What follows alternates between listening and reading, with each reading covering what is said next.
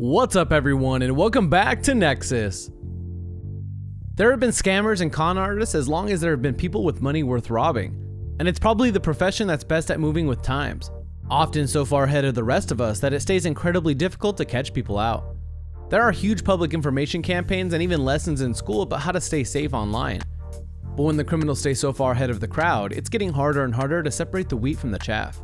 Watch this video to find out the top 5 smartest scams that actually worked. If you're new to the channel, be sure to subscribe to get new content similar to this every day. Also, make sure to comment down below letting us know which number on this list was your favorite. And for this video, let's aim for that golden like button, which is 1,000 likes, so make sure to drop a like down below.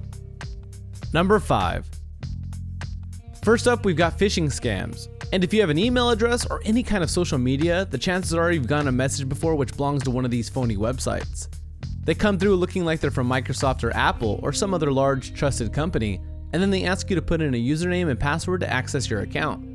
With that information, they can probably log into dozens of your other accounts because of people's bad habits of setting the same password for everything.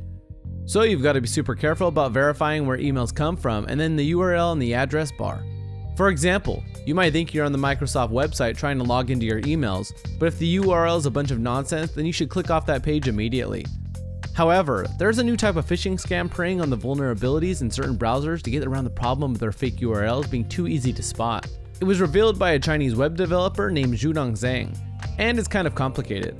Basically, there's a new tool called Punycode, which is actually pretty good and helps put non-English characters into web address bars. So the hackers trying to get your information are now using Punycode to put the Cyrillic characters into web addresses, which are the characters used in the Russian alphabet. And they often look identical to English characters, only the computer knows that it's different, but we can't tell by looking.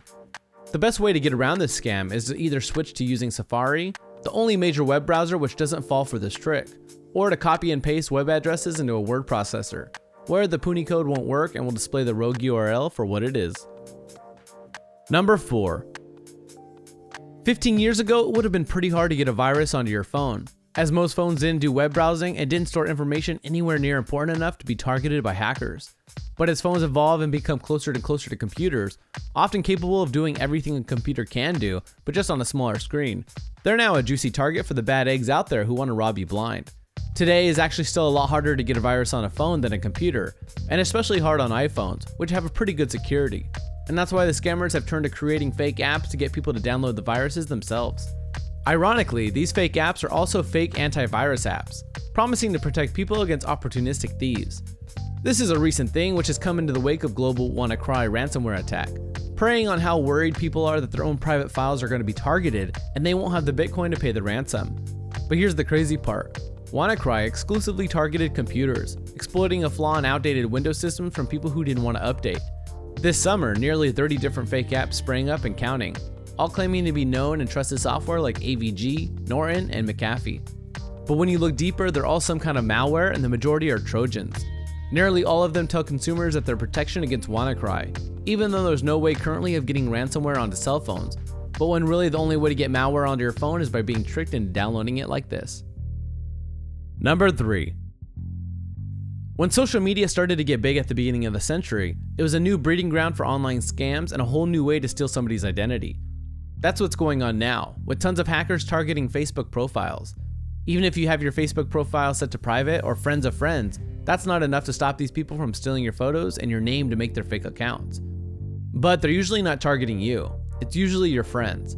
They pretend to be you and send requests to your friends, and people often fall for it, not checking if they're already friends or just assuming you've made a second Facebook profile, maybe because the old one was embarrassing.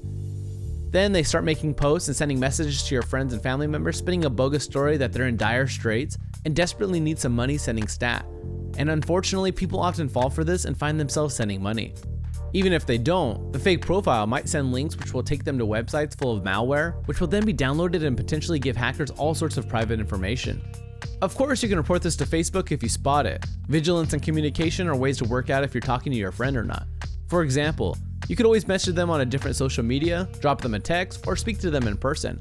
But just the act of accepting one of these friend requests can leave people vulnerable to hackers finding out enough about them to steal their identities. The best thing to do is keep your Facebook on strict privacy settings and double check when adding people. Search for the person's name, and once you search for the person's name and confirm that you're friends with the person already, Maybe you want to message the person and say, hey, did you mean to open a second profile? And copy a link to this other profile and then ask the person. And typically they'll say, oh my goodness, thanks for letting me know. No, that's not me. And they're going to say I was hacked. But that's not the case. They were not hacked. They don't need to change their password or anything else. All you need to do is report the person to Facebook. Number 2. Neiman Marcus is a pretty prestigious department store, so when people heard a story circulating about them charging $250 for a cookie recipe, they were outraged but not super surprised. The story goes that a woman and her daughter were all out shopping when they decided to sit down and have something to eat in the Neiman Marcus cafe in Dallas. They ordered 2 salads and for dessert had a cookie each. And apparently the cookie was so delicious that the mother just had to have the recipe. She asked the waitress and the waitress said she can buy the recipe for $250. A month later, the mother got her latest bank statement, which says she spent $285 at Neiman Marcus. She called their accounting department and they said that the charge was not $2.50, but $250, and that it wasn't their fault that the waitress had said something potentially misleading. They then refused to refund her, and out of spite, she's been sharing the $250 cookie recipe online for free ever since. But the biggest scam in this whole story is that it's fake. You can actually get the recipe for the cookies for free from the Neiman Marcus website. This is actually a hoax that has been around since the 1920s. When the Waldorf Astoria Hotel in New York were apparently selling the recipe for the red velvet cake for a similar hefty price tag. And in the 80s, another company sold a different cookie for the same price as the Neiman Marcus cookies. But who is the hoax aimed at? It's pretty weird in that regard, because if the person circulating the recipe is just giving away the recipes for free, it's hard to see what they'll gain. Especially because the recipes are genuine recipes and aren't some sort of gross trick. And they're actually meant to be pretty good.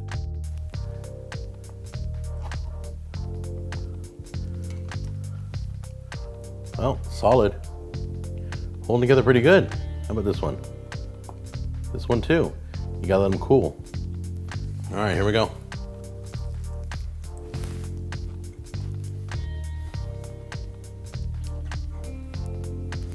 All right, so not worth $250, but it is a good cookie.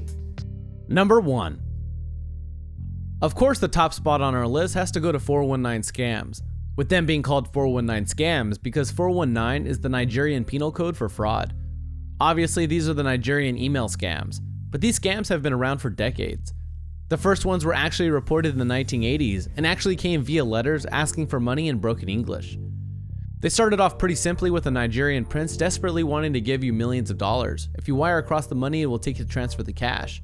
But they've been getting progressively weirder over the years, to the point that there was one about a lost African astronaut who had been sent into space as part of the secret Nigerian space program back in the 80s and has been stuck in space for the last 30-something years, living in an equally secret old Soviet space station.